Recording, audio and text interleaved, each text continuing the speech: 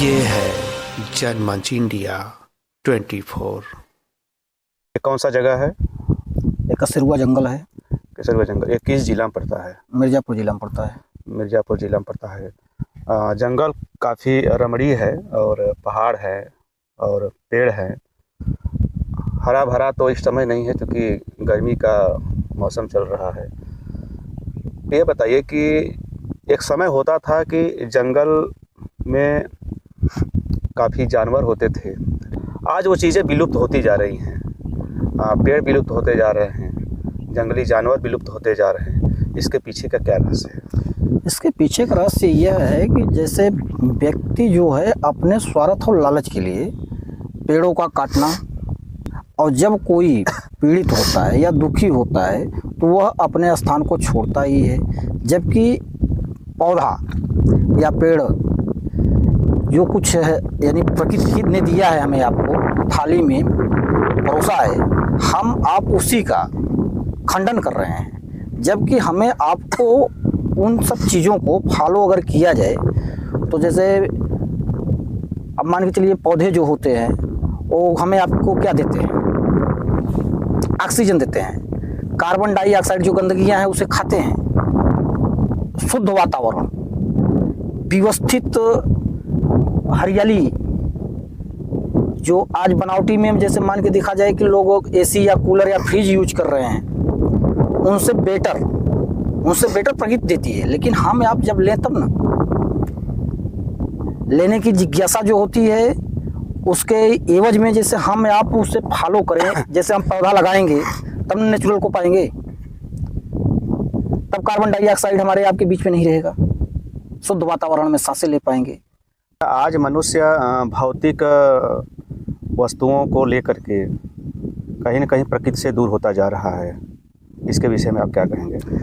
यह आदमी एक दिखावा या एक लोगों को एक जैसे कोई दिखावा करता है, उसी को फॉलो करने में लोग भागते जा रहे हैं। और हमारे आपके बीच में आज के डेट में जो नई जनरेशन है वो अपने माता पिता की बात नहीं मान रही है, तो हमारी आपकी क्या बात मानेंगी? अगर वो नेचुरल अपने कर्म को, अपने धर्म को, अपने फर्ज को अगर समझना चालू कर दें तो पुनः पुराना सतयुग का वातावरण हमें आपको मिलना चालू हो जाएगा। लेकिन जब न्याय उचित शब्द हो, उचित बोला जाए, गलत बिल्कुल नहीं, कर्म को भी नेचुरल किया जाए, जो कि नेचुरल हो, दिखावटी नहीं। और दिखावापन जो होता है सर जी, वो कहीं ना कहीं सब, हम हो, आप हो, अदर कोई भी हो, दिखावेपन में ही लोग डिस्टर्ब होते जा रहे हैं। और दिखावा जैसे ही जी रहे हैं वैसे ही वो धीरे धीरे अपना ही पतन कर रहे हैं, चाहे वो वनस्पति से हो या प्रकृति से हो। डिस्टर्बेंस अपने को ही लोग करेंगे, और इसमें ये किसी का दोष नहीं है, ये निजी कर्म है, निजी सोच है, जिससे लोग डिस्टर्ब होते जा रहे हैं। अच्छा, जो जंगल होता है, क्या यह जंगल की जो व्यवस्थाएं होती हैं, तमाम सारे कई प्रकार के पेड़ पौधे, वनस्पतियां और आयुर्वेदिक चीज़ें जो होती है जंगल से भी प्राप्त होती हैं, बहुत सी जो आयुर्वेदिक जड़ी बूटियां हैं, तो क्या लगता है इन सब पतन होने से मनुष्य के जीवन पे कोई प्रभाव पड़ा है या नहीं? बिल्कुल पड़ा भी है और पड़ता ही रहेगा, पड़ा भी है, पड़ता ही रहेगा। जैसे अब यहाँ देखिए, ये जो जितने वृक्ष आपको दिख रहे हैं, जितने भी वृक्ष, इसमें कोई ऐसा वृक्ष नहीं है जो कि आपके काम का ना हो, जिसका आपके उपयोग का ना हो। जैसे अब ये तूत देख लीजिए, आगे ये मान के चलिए छूल का जो फूल है, ये मान के चलिए 70 रोगों के दवा के काम में आता है, नेरे बाबू। इसका फूल भी अगर आपको करीब से पास में है, नहीं दिखाया जाता। ऐसा कोई चीज़ नहीं है जो कि अगर उसका उपयोग आप जानिए, और कोई चीज़ ऐसा है जो कि काम का न हो, ऐसा कोई चीज़ नहीं है, लेकिन उसका उपयोग करिए। जैसे आप भौतिक कर रहे हैं वैसे ही आप नेचुरल करिए। जैसे आप भौतिक कर रहे हैं, जैसे डॉक्टर के पास आप जो जा रहे हैं, वही किसी वैद्य के पास जाइए, आपको इन्हीं सब जंगलों से औषधियाँ देंगे और सेम देंगे, और खर्च भी कम होगा। अच्छा, आप ये बताइए कि अब तो मोबाइल युग है, इसे कहा जाता है मोबाइल युग, क्योंकि सबके हाथ में मोबाइल है जी। क्या मानव जीवन पे इसका कोई असर है? बहुत बुरा असर है। लोग मोबाइल को छेड़ते छेड़ते कहाँ तक पहुंच जा रहे हैं उन्हें खुद नहीं आभास है कि हम पहुंच कहाँ गए। देख रहे हैं ये चीज पहुंच जा रहे हैं उस चीज में, उस चीज को देखे फिर तीसरी चीज, केवल सोहराते जाइए, आगे बढ़ते जाइए। यानी मोबाइल और प्रकृति को, दो चीज़ों को अगर रखा जाए तो आज का जो समाज है वो मोबाइल की तरफ ज़्यादा आकर्षित हुआ है।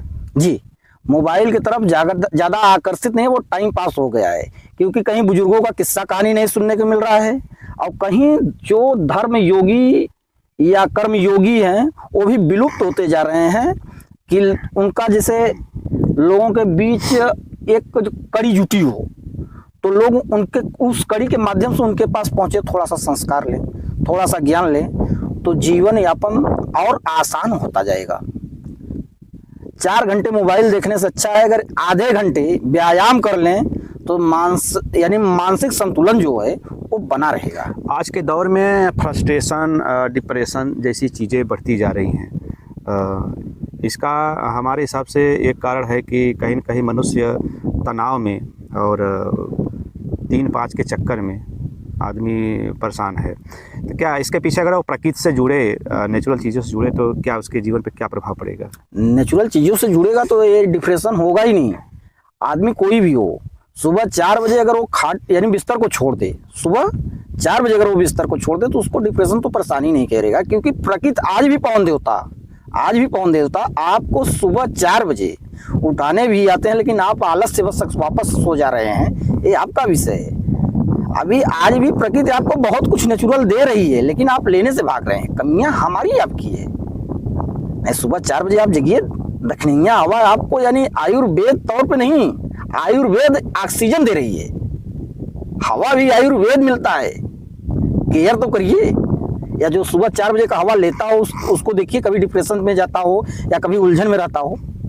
आदमी 15 मिनट 20 मिनट व्यायाम कर ले या प्राणायाम कर ले, ईश्वर के पास जाकर के 15 मिनट घंटी बजा ले या शंख बजा ले। वह ध्वनि एक ऐसी ध्वनि होती है जो एक तरंग, जो वायरस टाइप का होता है, जो मोबाइलों में जो तरंग होते हैं वो आदमी को डिप्रेशन में लेके जाते हैं। उससे थोड़ा दूरी बनाइए, देखिए डिप्रेशन पे कोई जाए। आज के नियर अबाउट 2010 के पहले इतना तो नहीं हम समझ रहे थे कोई डिप्रेशन में हुआ करता था जितना इस समय चल रहा है। आज हर घर में अगर 10 या 5 का 7 का जो भी सदस्य हैं संख्या में, उसमें से 2-4 लोग बीमार हैं। क्या लगता है, यह प्रकृति से दूरी है के कारण है या उनका दैनिक जीवन जो है अस्त व्यस्त है? कुछ दैनिक जीवन उनका अस्त व्यस्त है, क्योंकि सुबह 4 बजे न उठना, उसके साथ साथ अगर वो उठे तो उनके शरीर में आलस्य है, वो कुछ करना नहीं चाह रहे हैं, न दौड़ना चाह रहे हैं, न खेलना चाह रहे हैं। जैसे पहले हमारे आपके उम्र में जब भी लोग हुआ करते थे तो लोग चंदा लगाने के लिए दूर भागते थे, लेकिन खेलने के लिए पर्याप्त बच्चे हुआ करते थे। आज लोगों के पास इतनी पूंजी है कि लोग गेंद तो खरीद ले रहे हैं, लेकिन खेलने के लिए बच्चे 12 प्लेयर नहीं मिल पा रहे हैं। जैसे क्रिकेट, कबड्डी खेलने के लिए बच्चे नहीं मिल पा रहे हैं। कूड़ी कूदने के लिए अभी आज 2-4 साल से कहीं कूड़ी कबड्डी देखने को मिल रहा है, हॉकी देखने को मिल रहा है क्षेत्रों में, गाँव में। घंटे 2 घंटे जब उसको खेला करते थे लोग तो इतना दौड़ या इतना मेहनत हुआ करता था जिससे उनके शरीर के अंदर एक प्राकृतिक ऊर्जा हुआ करती थी। और प्राकृतिक जब ऊर्जा होती है तो आदमी थकता नहीं, एक अलग सी लाइट होती है, नेचुरल जो होता है वो नजर आता है। और आज जो आधुनिक है, जो मोबाइल या टेलीविजन में घुसे हुए हैं, उनके शकल को देखिए, उनके चेहरे को देखिए, चिड़चिड़ापन पाएंगे, उलझने पाएंगे, कहाँ क्या बोलना है। अब बोलने की बात छोड़िए, वो अपने माता पिता का नहीं कदर कर पा रहे हैं, तो हमारा आपका क्या करेंगे। तो कहीं ना कहीं उनको नेचुरल की तरफ लेके चला जाए, जिससे कि समाज का उत्थान हो। और जो स्थिति चल रही है, ऐसे ही अगर लोग प्रकृति से दूर होते गए तो प्रलय या विकास या बीमारी पीछा नहीं छोड़ेगी किसी कीमत पे। आप अपने मिशन के बारे में बताइए, क्या आप अपने जीवन में कुछ मिशन बनाए हैं, आगे क्या करना है? हमारा मिशन यह है कि हम मान के चलिए एक छोटा सा संस्था चला रहे हैं, जिसके हिसाब से हमने लोगों को निःशुल्क मार्शल आर्ट की ट्रेनिंग दिया करते थे, प्लस जो है वृक्षारोपण कराया करते थे, आज भी कराते हैं। आप कभी चलिए हमारे जन्मभूमि पे या हमारे स्थल पे, हम आपको वहाँ दिखाएंगे कि ऐसा कोई वृक्ष नहीं है जो हमारे हाथों से या हमारे जगह या जमीन पे न लगा हो। आज उस पौधे से हमें बेनिफिट यह है कि हम वहाँ जब पहुँचते हैं तो हमें शुद्ध ऑक्सीजन मिलता है और एक नई एनर्जी महसूस होती है, नई एनर्जी। वहाँ ऐसा नहीं है कि नहीं सांस नहीं समा रहा है या घबराहट हो रही है या गर्मी महसूस हो रही है, ऐसा कुछ नहीं है। आप चलिए हम आपको दिखाते हैं, नेचुरली चीज दिखाते हैं। आगे आप क्या करना चाह रहे हैं समाज के प्रति? समाज के प्रति हमारा यह सोच है या यह विचार है कि लोग नेचुरल और प्रकृति को फॉलो करें, नेचुरल तौर तरीके से जिएं। जो छोटे बच्चे हैं या जो बुजुर्ग हैं वो सुबह 4 बजे उठें, नहीं कोई काम है तो अपने दरवाजे पे ही बैठें, सुबह का हवा लें, जिससे उनका दिमाग और शरीर दोनों मेंटेन रहे, उलझनों से दूर रहें। और अगर कोई आपत्ति विपत्ति आ रही है, मानसिक तनाव आ रहा है, तो उसको झेलने की यह शक्ति जो सुबह 4 बजे हवा से मिलती है नेचुरल, ताकि वो झेल सके। और हमारा यह सोच है कि आप लोग जिसके माध्यम से ऐसे ही लोग मिलें, लोग हमें समझें कि क्या उचित है क्या अनुचित है, लोग वातावरण को समझें, वृक्ष यानी पेड़ पौधों के बारे में जानें। इस समय जैसे सबसे ज्यादा तकलीफें जो है कौतूहल जो लोग ले रहे हैं, या जिसे कहा जा सकता है दारू, वो हमारा ही नहीं काफी लोगों को डिस्टर्ब कर रहा है। अब वो जैसे मान के चलिए अल्कोहल लिए तो अपने फैमिली को, हमें आपको तो कम परेशान करेंगे, लेकिन अपने फैमिली में पहुंचेंगे तो ज्यादा परेशान कर रहे हैं। तो लोग उसको समझे। हमारा तो ये सोच है कि अगर लोग मिलें तो एक यानी मान के चलिए लोगों को जागरूक किया जाए कि वाकई ये आप अपने बीवी बच्चे या अपने परिवार का भविष्य के साथ खिलवाड़ कर रहे हैं। इन सब चीजों से बचा जाए, उत्थान और विकास किया जाए, न कि पतन के तरफ जो है पलायन किया जाए या कदम बढ़ाया जाए। आप पथिक बनिए, पतित न बनिए, कोई भी हो। अपने कर्म को, अपने धर्म को, अपने फर्ज को समझें। जैसे माता पिता को कड़वा लोग बोल रहे हैं, क्यों बोल रहे हैं? ये डिप्रेशन है। प्रकृति को ना फॉलो करना है, पेड़ पौधों को काटना है। जब पेड़ पौधे कटेंगे तो एकदम जो यानी सूर्य की किरण वो डायरेक्ट आएगी, और जब वो डायरेक्ट आएगी तो जो तापमान है वो कहीं ना कहीं हमें आपको डिस्टर्ब करेगी।